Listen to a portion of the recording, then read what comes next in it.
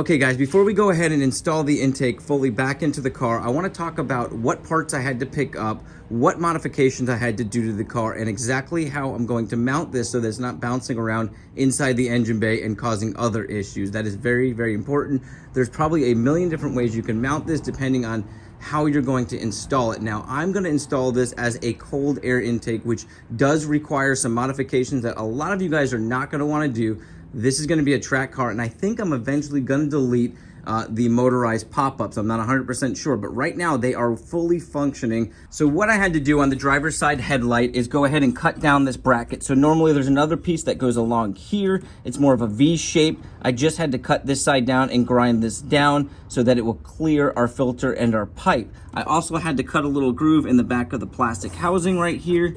And that allows our filter, when the light goes all the way down, to kind of snug into there so that the headlight will go flush like it would normally. So those are the modifications you might not want to do. A lot of people online said that if you go cutting that back bracket, you could have issues with the headlight properly going up and down. I've tested it over and over again with no issues. Now on top of that, so that this pipe fits in perfect without cutting this pipe at all, I went ahead and upped the size of our hole here that the stock box normally has a pipe that comes down and goes into there. So I made that a lot bigger. Now it is very sloppy right now because I used a Sawzall. I plan on going back with a Dremel and making this look really nice. So also inserting a rubber piece all the way around here so that it's nice and smooth. So that's the only things I still got to get done.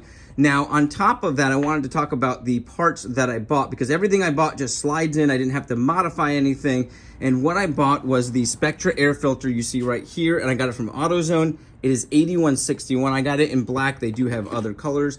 I really like the Spectra product. I've used it on a couple other cars now, and it seems to be a very high quality, a little less expensive than a K&N, but it is one they do sell at AutoZone, which makes it really nice. Now, I also bought the Spectra pipe here.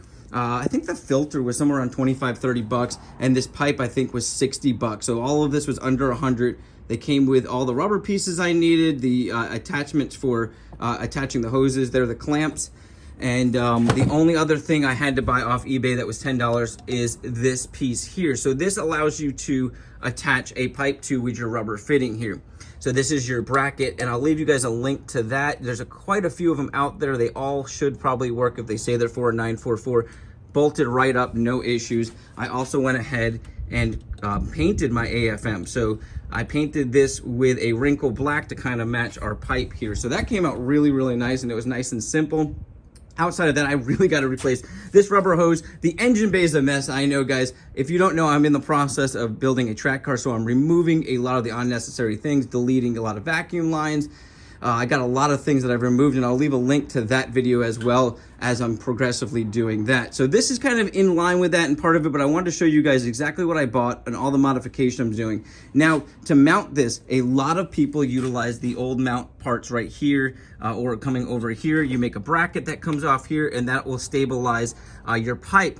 Now, what I found is my length of everything was perfectly snug in there and when it's down in here, but it was bouncing around. You definitely don't want that. So I got a really heavy duty zip tie strap. You guys will see that here in a little bit. Or you can use like a metal strap, and I unbolted the cooling reservoir here so you can lift that. And we're gonna run the strap up underneath here, and then I attached this little piece here that actually came with our pipe in the box. And all I'm gonna do is run the zip tie through here. This is bolted on there, and run it down here so you don't really see it. And then kind of around the pipe and snug that pipe right up against where it needs to be. And I'll show you guys all that. But I wanted to explain exactly what I did. So let me get everything back in there and then show you guys how everything looks fully installed.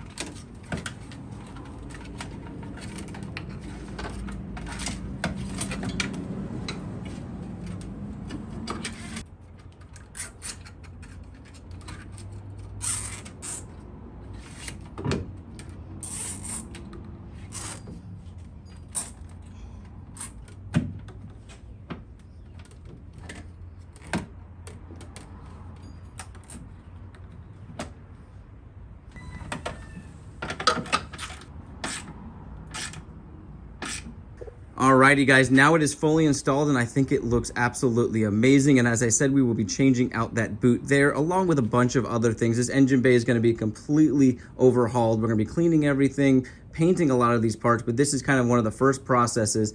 I wanted to clean up this entire engine bay, and I think we really accomplished that by getting rid of that massive air box, and we didn't lose the functionality of the cold air intake because it's still going to the same exact area that it was with the stock air box.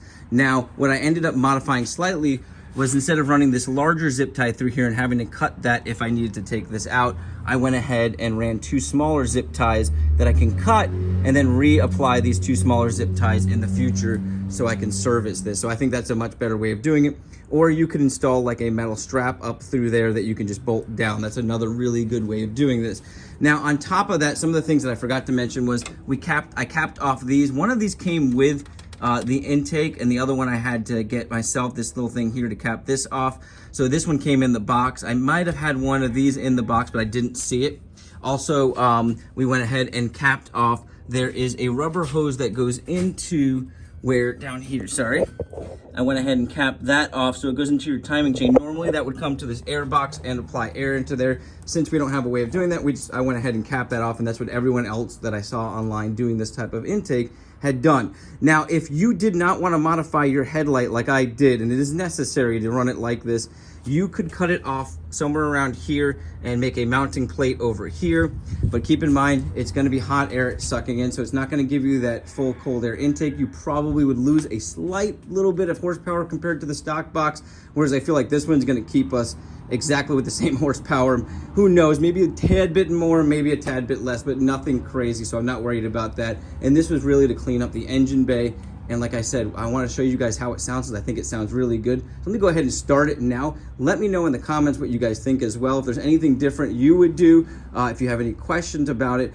We did not have to modify anything else. I did have issues starting it the other day, but it had nothing to do with the air box. It had to do with a vacuum line that was broken. But let me go ahead and start the car up now. Give it a few short revs so you guys can hear how this intake sounds.